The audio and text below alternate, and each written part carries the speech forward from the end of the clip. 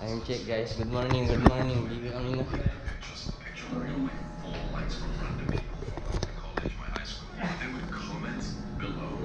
Solid. Simula lang namin guys. Ilan? Shit. Ilan dati yung push up mo?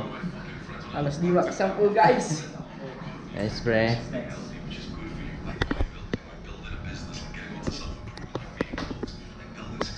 Nice pre.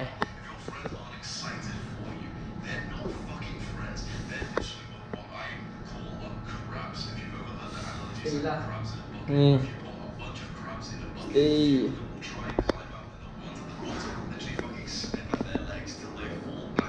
Inimbak niya paro.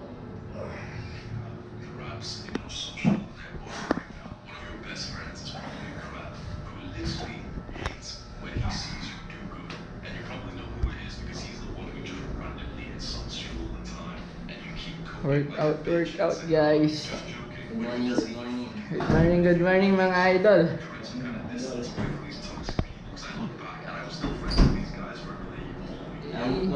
Morning routine check. Hey.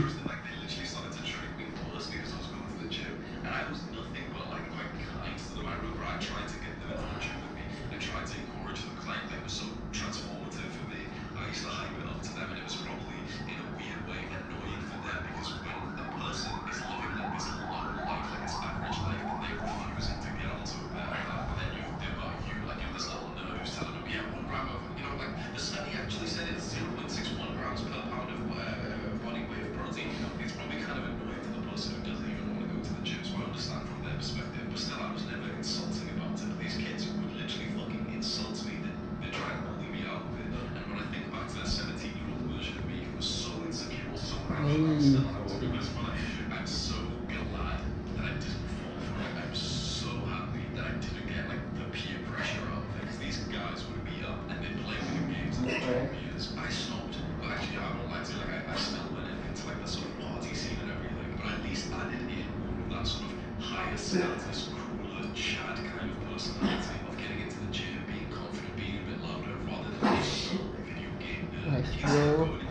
Flex, flex, flex.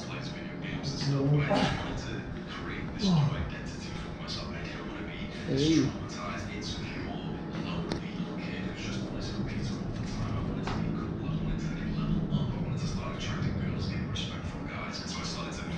Tingnan natin yung view guys. Kailan mo gano'n wala mo yung pinunod eh.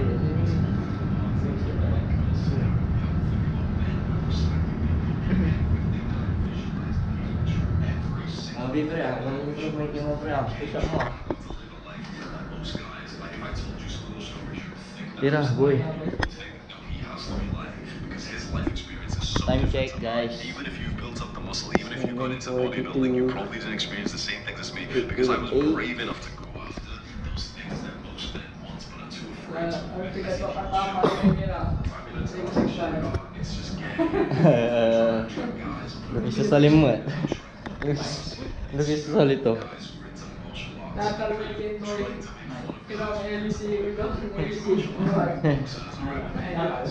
we say like, oh, you know, I could win in a fight against that. Well, yeah, no shit, bro. That's the sport you're training for, dickhead. Like, I look better than you, and you can fight better than me. Congratulations. There's so many little Andrew Tate fans that I see on Instagram these days that have all got the same fucking caption, which is like, if you're a man and you don't know how to fight, you're not actually a man, and you know you've got to like, bro, relax. You're in Thailand. You've done 10 Muay Thai sessions. Congratulations. It's like, oh wow, you're fucking. Hold. You're stiff as a bodybuilder without all the muscle. Congratulations. There's so many guys who shit on bodybuilders these days, and I was as well. I won't even lie to you. For 3 years, I went through so much transformation. I've thought to myself, Solid. I'd rather go do something more functional. I see this guy, Brian Johnson, on the internet. He's doing like these longevity routines, which are really good for your Third joints. set guys. In cases like a crackhead, you know, CrossFit, it's healthy, it's Can't be someone at the same time. And it was Hold down, hold down. recently, I was hanging out with Alex Hormozy at his office. Alex Hormozy is like this massive businessman who made super successful, 100 million net worth, maybe even more, and he's super jacked. Hold. And I won like this big business competition. Basically, I spent all day with him, his team, and some really big entrepreneurs Dali. Guys, inspiring me next Bro. super successful and also super in check at the same time. I can't believe that algorithm just blesses me with a perfect video that people get to see, which is him responding to people saying like you should go and stop bodybuilding and do something more functional. And he kind of shrugs his shoulders and he says like building muscle is functional. I have this muscle 24/7 and it helps me 24/7. And I was like, oh shit.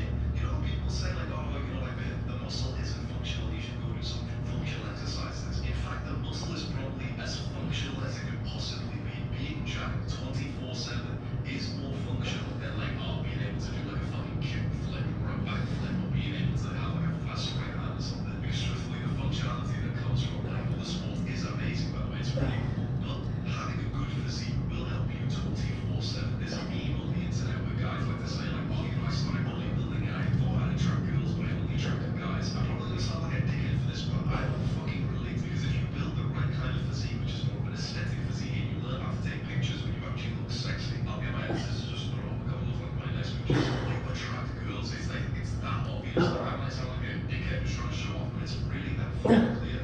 And you might think, oh, this is shallow. Shit. It's not some small thing you should overlook. Bodybuilding, building an aesthetic physique, helped me to unlock love. It helped me to unlock Good morning mga idol. all the people, but also just for myself. Routine check. It can just take me from level 0 to Drink your 4 liters a day, bro. 4 liters a day. even just the physique. And you know, I look great. And Go guys. I look great. The kind of compliment I've gotten Ah. women, you wouldn't literally think Wala that. ka tayong guys. Oh yeah, he's like Tama. fantastic shit. Not any of that either. Morning. You know what bodybuilding has helped me with? The rest of life. Because when you go to the gym for 1,000, 5,000 Ang kilo nyo, guys. you learn a lot about Check yourself. natin yung kilo guys. Progress works. When you go to the gym so often, you understand progressive overload Uy, perfectly. 64.55 guys. Go guys. Anything else that Check kilo guys. Oo, pre. check I learned from bodybuilding, put it into business, and I became super fucking successful and like retired my family because of the lessons that I learned in the gym. Think about me. And Si pinakambulot to. bodybuilding, I would have also Pero singa mas ambula ka, Bin. businessman. I would have also not been a good Ito na talaga pre na puro say how much my life has transformed in different areas because I started in the gym because my brother just forced me to get into it that one day. So I have one quick tip that I'm just going to give you that will really help Ano makatanong ah. my advice for you if you're watching this and you're really into bodybuilding and maybe you want to do Muscle ka sila pre. Muscle lang. transformation videos or future watching the science-based YouTubers like Jeff DeMar who tells you how to maximize muscle mass, Gusto mo, pre, ah? how to exercise you should do. All of that is amazing. Wala ah. Hmm. Which is the first Dati tama. Eh, ang J-Main eh. just never quit. Nice. If Yun you eh. quit, you will build. Ang hila ko yung picture mo dati, pre. Kuwante. Salpak tayo man. Ay. Salpak tayo dyan sa gym. Hmm. Salpak na. Nandiyan siya man. Tabakan ni Man. Tumatin sa basic. 80 years old and still Yan jacked. natin guys. Comes in, but we're surprised to be strong as fucking jacked as fuck. I visualize myself still at 80, still lifting weights, still Pakita natin, guys. knowing that even now Kita natin guys. Sino yan guys? Gago. Ay. Wala dyan. where I get to go, where I'm known by the Cut out na yun. there by the people with Edit out ko na yun. so good for you. For Wala. mentally, physically, Mga pa dati guys oh. you know, quit, you will build a 10 out of 10 physique. Everything Kanya else ka flex. Tangin na, diretso yung tingnan na plug labat ka na ini awa. just don't fucking quit. By the way, if you watch this far of this video, you probably have like Yeah. 1% attention span on the entire world. There was no like flashy edits or anything. No like zooms or some shit. So congratulations on that as well. You should actually be kind of proud of yourself when you were able to Nato ni. shit for so long. Do the hard work. Diba pa dati yan guys. Oh. Bago sumama. Kaya ni medya mo awa. Bahag ni. Eh,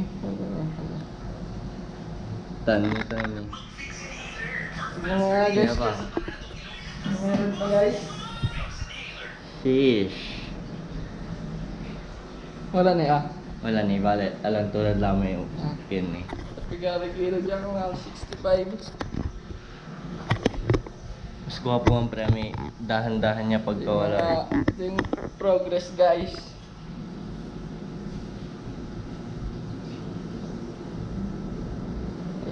After 1 month guys. Check natin ulit kung anong Kailan improvement. ka nag-umpisa Ah. ka?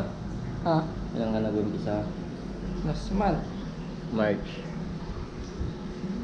Naputol tayo eh, pero wala pang 1 month guys. Wala pa. Wala ka pa na.